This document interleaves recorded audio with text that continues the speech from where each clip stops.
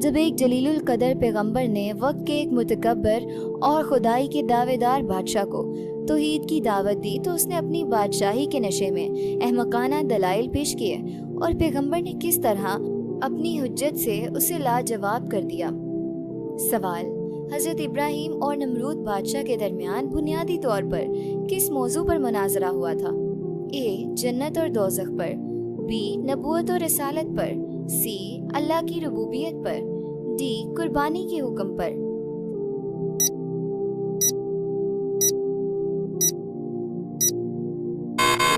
درست جواب سی اللہ کی ربوبیت پر۔